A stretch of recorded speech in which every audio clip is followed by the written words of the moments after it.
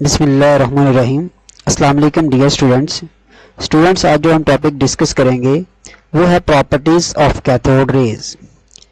Cathode raise کی properties میں سب سے پہلی جو پراپرٹی ہے وہ اس کی ڈائریکشن ہے۔ یہ ریز ٹریول کرتی ہیں اسٹریٹ لائن میں perpendicular to the cathode surface. یہ ہے کیتھوڈ کی سرفیس اور یہ ریز اس طرح ٹریول کرتی ہیں ٹوورڈ دی اینوڈ کی طرف۔ کیتھوڈ کی سرفیس اور ان ریز کے درمیان جو اینگل بن رہا ہے وہ 90 ڈگری کا اینگل بن رہا ہے۔ That is why they are called perpendicular to the cathode surface. Number 2، they cast a sharp shadow of an opaque object if placed in their path۔ ان کے راستے میں اگر کوئی اوپیک آبجیکٹ رکھا جائے، اوپیک آبجیکٹ اس آبجیکٹ کو کہتے ہیں جس میں سے لائٹ پاس نہ ہو رہی ہو، تو اگر ان کے راستے میں کوئی اوپیک آبجیکٹ پلیس کیا جائے تو یہ اس کا ایک شارپ شیڈو بناتے ہیں، جیسا کہ آپ کو اس بال کا یہ شیڈو نظر آ رہا ہے۔ Number 3، nature of charge.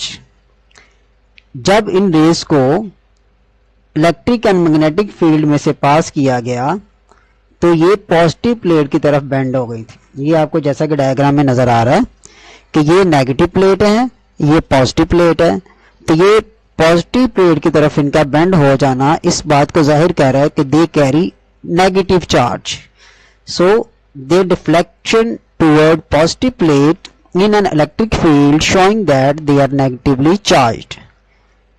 Number 4، raise temperature. اگر ان کے راستے میں کوئی بھی باڈی پلیس کی جائے، اس کو رکھا جائے تو یہ اس کا باڈی ٹیمپریچر انکریز کر دیتی ہیں۔ they raise the temperature of the body on which they fall۔ اس کے بعد ہے charge to mass ratio, E/m ratio. J Thomson جو کہ ایک سائنٹسٹ تھے، انہوں نے charge to mass ratio find کی ان پارٹیکلز کی، which is equal to the 7.175 into 10⁻11 coulomb per K G. تو یہ چارج ٹو میس ریشو ہے الیکٹرانز کی۔ نیکسٹ جو ہے وہ نمبر 6، لائٹ از پروڈیوسڈ۔ جب یہ ریز ٹریول کرتے کرتے یہاں سے ڈسچارج ٹیوب کے ساتھ ٹکراتی تھی تو یہ گلو پروڈیوس کرتی تھی، لائٹ پروڈیوس کرتی تھی۔ So light is produced when these rays hit the walls of the discharge tube. Same type of rays, it was found that same type of rays were emitted no matter which gas and which cathode was used in the discharge tube۔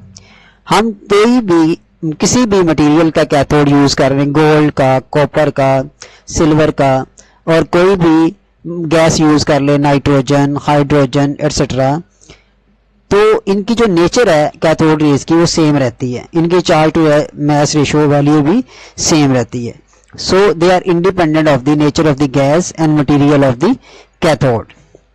اگر ہم conclusion کی بات کریں، all these properties suggested that nature of the cathode rays is independent of the nature of the gas and the material of the cathode۔ کہ ہم کوئی بھی material use کر لیں، کسی بھی قسم کی گیس یوز کر لیں، ان کے اوپر کوئی افیکٹ نہیں آئے گا ان کی نیچر کے اوپر۔ Number 2، the fact that they cast a shadow of an object suggested that these are not rays but they are fast moving particles۔ ان کا جو شیڈو کا کاسٹ کرنا ہے اوپیک آبجیکٹ کا، یہ اس چیز کو ظاہر کرتا ہے کہ they are not rays but they are fast moving particles، اور ان پارٹیکلز کو الیکٹرانز کا نام دیا گیا۔ لاسٹ پوائنٹ ہے all the materials produce same type of particles۔ ہم کوئی بھی مٹیریل یوز کر رہے تھے کیتھوڈ کا، کسی بھی قسم کی گیس یوز کر رہے تھے ڈسچارج ٹیوب کے اندر، تو same type of raise were emitted، so it means that all material contains electrons۔ کہ تمام مٹیریل میں یہ پارٹیکلز پائے جاتے ہیں، جیسا کہ ہم جانتے ہیں کہ تمام مٹیریل جو ہیں وہ ایٹم سے مل کر بنے ہیں، so the electrons are the fundamental particles of atom۔ Dear students, آپ انہیں کو اسی ٹاپک کو اسی طریقے سے اپنے نوٹس بھی پریپیئر کر سکتے ہیں اور آپ ان کو جو ہے وہ یاد بھی کر سکتے ہیں easily. I hope you understand well. اللہ حافظ۔